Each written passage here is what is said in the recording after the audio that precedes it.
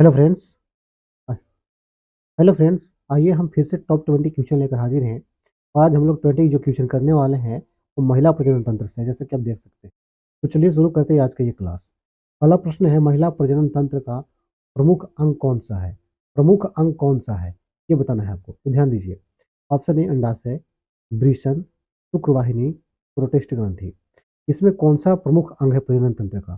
सबसे पहले क्या हो जाएगा आपका इसका आंसर? अंडाशय। ठीक है, तो महिला प्रजनन तंत्र का सबसे प्रमुख अंग कौन सा है? अंडाशय है। ठीक है, चलिए दूसरा प्रश्न के ऊपर चलते हैं। दूसरा प्रश्न क्या है आपका? महिला में अंडाणु का निर्माण कहाँ होता है? अंडाणु का निर्माण कहाँ होता है ये बताना है आपको।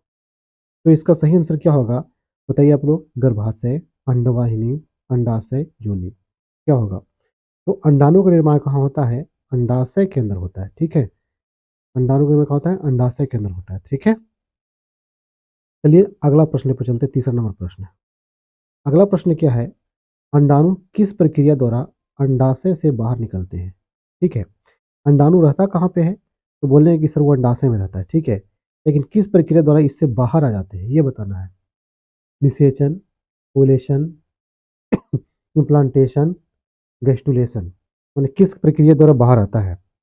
तो ओवेल्यूशन द्वारा क्या होता है ये कि अंडाणु अंडाशय से बाहर आ जाता है। ठीक है ना, इस प्रक्रिया द्वारा क्या होता है? अंडाणु अंडाशय से बाहर आ जाता है। चलिए चलते हैं अगले प्रश्न के ऊपर, ध्यान दीजिए। ठीक है, अगला प्रश्न क्या है आपका?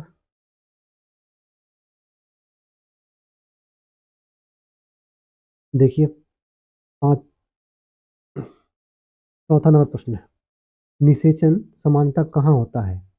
ऑप्शन ए अंडाशय में, ऑप्शन बी गर्भाशय में, ऑप्शन सी अंडवाहिनी में जिसको फ्लैपियन टिप कहते हैं उसमें, या योनि में। कहाँ होता है बताइए? ये होता है आपका फर्टिलाइजेशन जो प्रक्रिया होता है, ये आपका कहाँ होता है? ये होता है फेलोपियन ट्यूब के अंदर, यानी अंडवाहिनी के अंदर होता है। ठीक है ना, चलिए आगे चलते हैं, ध्यान दीजिए। पांचवा प्रश्न, गर्भाशय की अंदरूनी परत क्या कहलाती है? गर्भाशय का जो अंदरूनी परत उसको क्या कहते हैं? एंडोमेट्रियम, मायोमेट्रियम, पेरीमेट्रियम, एपिडर्मिस, क्या कहलाती है बताइए जरा। इसका सही आंसर क्या होगा आपका? एंडोमेट्रियम। एंडोमेट्रियम यानी कि ऑप्शन नंबर ए क्या हो जाएगा इसका बिल्कुल सही आंसर हो जाएगा। ठीक है, चलिए अगले प्रश्न के ऊपर चलते हैं। अगला प्रश्न क्या है आपका? महिला प्रजनन तंत्र में निषेचित अंडाणु कहाँ प्रत्यारोपित होते हैं? ये बताना कि कहाँ प्रत्यारोपित होते हैं निषेचित अंडाणु। ठीक है, अंडवाहिनी में, गर्भाशय में, अंडाशय में, योनि में। इनमें से किस में होते हैं जरा बताइए। तो ये होता है आपका गर्भाशय के अंदर हो जाता है। इसके अंदर, गर्भाशय के अंदर। ठीक है, चलिए अगला प्रश्न के ऊपर चलते हैं। अगला प्रश्न आपका क्या है? कौन सा हार्मोन ओवुलेशन को प्रेरित करता है? मैंने कौन सा हार्मोन होता है जो ओवुलेशन को प्रेरित कर देता है?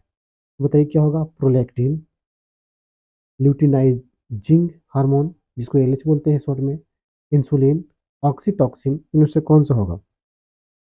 तो ल्यूटिनाइजिंग हार्मोन होगा जिसको एलएच बोलते हैं, जो ओवुलेशन को प्रेरित करने का काम करता है। ठीक है ना, ऑप्शन नंबर बी। चलिए आगे चलते हैं, ध्यान दीजिए।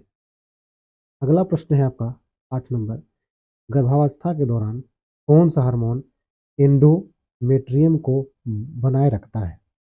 Oestrogen, progesterone, testosterone, adrenaline. कौन सा हार्मोन कार्य करता है ये बताना है आपको। ठीक है, तो प्रोजेस्टेरोन, ये हार्मोन जो ऑप्शन नंबर बी दिख रहा है आपको, ये क्या करता है कि हार्मोन इन एंडोमेट्रियम को बनाए रखने का कार्य करता है। ठीक है, चलिए अगले प्रश्न के ऊपर चलते हैं। अगला प्रश्न क्या है?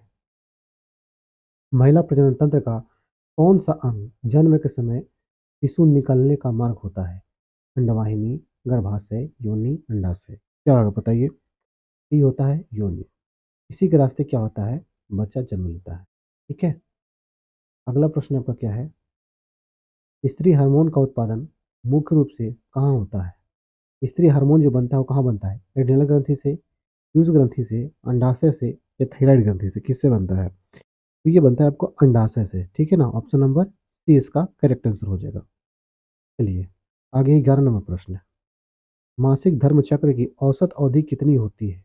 औसत अवधि कितनी होती है ये बताना है आपको, कितनी होती है औसत अवधि जो कितनी होती है? 15 दिन, 21 दिन, 28 दिन, 14 दिन। तो इसको आपको क्या करना है, आंसर कमेंट बॉक्स में लिखना है, ठीक है ना। कमेंट बॉक्स में आंसर इसका लिख देना है, ठीक है। इसका आंसर आप लोग टाइप कीजिए, ठीक है। चलिए अगला प्रश्न है। अगला प्रश्न है आपका, मासिक धर्म के दौरान कौन सा हार्मोन स्तर गिरता है, यानी कौन से हार्मोन का स्तर गिर जाता है। एस्ट्रोजन और प्रोजेस्टेरोन का, एफएचएस का, और एलएच का, टेस्टोस्टेरोन का, ऑक्सीटोसिन का, किसका गिरता है बताइए जरा। तो ये होता है आपका एस्ट्रोजन और प्रोजेस्टेरोन का, इन दोनों का जो स्तर होता है काफी गिर जाता है, ठीक है। आगे देखिए, अगला है, गर्भावस्था की पुष्टि के लिए कौन सा हार्मोन परीक्षण किया जाता है। किस हार्मोन के परीक्षण से पता चलता है कि गर्भावस्था है कि नहीं है। Option A progesterone, progesterone, HCG जिसको बोलते हैं ह्यूमन कोरियोनिक गोनाडोट्रोपिन, ठीक है ना, डोप्रिन, या एफएचएस, कौन सा हार्मोन होता है ये बताइए आप। इसका सही आंसर क्या होगा, एचजीसी, यानी कि ऑप्शन नंबर सी हो जाएगा आपका, ठीक है ना। H, option number C, HCG. इस हार्मोन के पोजीशन से पता चलता है कि कोई महिला गर्भावस्था में है कि नहीं है, ये पुष्टि करने के लिए किया जाता है टेस्ट, ठीक है। आगे देखिए, अगला प्रश्न है, भ्रूण का विकास गर्भाशय के किस भाग में होता है। ऑप्शन ए अंडाशय, एंडोमेट्रियम, अंडवाहिनी, सर्किस, सर्विक्स, किसमें होता है ये बताइए। किसमें होता है, ये होता है एंडोमेट्रियम में होता है। कहाँ होता है, एंडोमेट्रियम में होता है, ठीक है। चलिए आगे प्रश्न देखिए। आगे प्रश्न है, गर्भावस्था के दौरान भ्रूण को पोषण कौन सा प्रदान करता है, माने पोषण कहाँ से मिलता है। भ्रूण अवस्था में जब बच्चा होता है तो उसका पोषण कहाँ से प्राप्त होता है ये बताना है आपको। प्लेसेंटा से, अंडाशय से, अंडवाहिनी से, या सर्विक्स से। तो इसमें होता है आपको प्लेसेंटा से प्राप्त होता है, ठीक है ना, गर्भनाल से प्राप्त होता है, प्लेसेंटा से प्राप्त होता है। चलिए आगे चलते हैं अगले प्रश्न के ऊपर, ठीक है, ध्यान दीजिए। अगला प्रश्न क्या है आपका, कि गर्भावस्था कितने सप्ताह तक चलती है, ठीक है, ये कितने सप्ताह तक चलती है बताना है आपको। 28 सप्ताह, 36 सप्ताह, 40 सप्ताह, 45 सप्ताह, कितने में चलती है बताइए। तो सही आंसर क्या हो जाएगा आपका, 40 सप्ताह, ठीक है, 40 सप्ताह। 40 सप्ताह यानी कि मल्टीप्लाई जब करेंगे तो सर कितना हो जाएगा, 7 से गुना करेंगे तो कितना हो जाएगा आपका, 7 चौ 28, यानी कि 280 दिन, लगभग कितना हो जाएगा आपका, 280 दिन। ध्यान दीजिएगा, इस सप्ताह का रहा था, ठीक है ना, क्योंकि सप्ताह में 7 दिन होते हैं। आगे चलिए, अगला, प्लेसेंटा का मुख्य कार्य क्या होता है। तो मुख्य कार्य क्या होता है, जैसे कहते हैं ऑक्सीजन और पोषक तत्वों तत्व देना, हार्मोन्स बनाना, रक्त को शुद्ध करना, मस्तिष्क का विकास करना। इसमें सबसे सटीक आंसर क्या लग रहा है आपको, तो ये यहीं से भोजन प्राप्त होता है और ऑक्सीजन इसी द्वारा प्राप्त होता है, प्लेसेंटा के द्वारा बच्चे को मिलता है माँ के गर्भ में, ठीक है।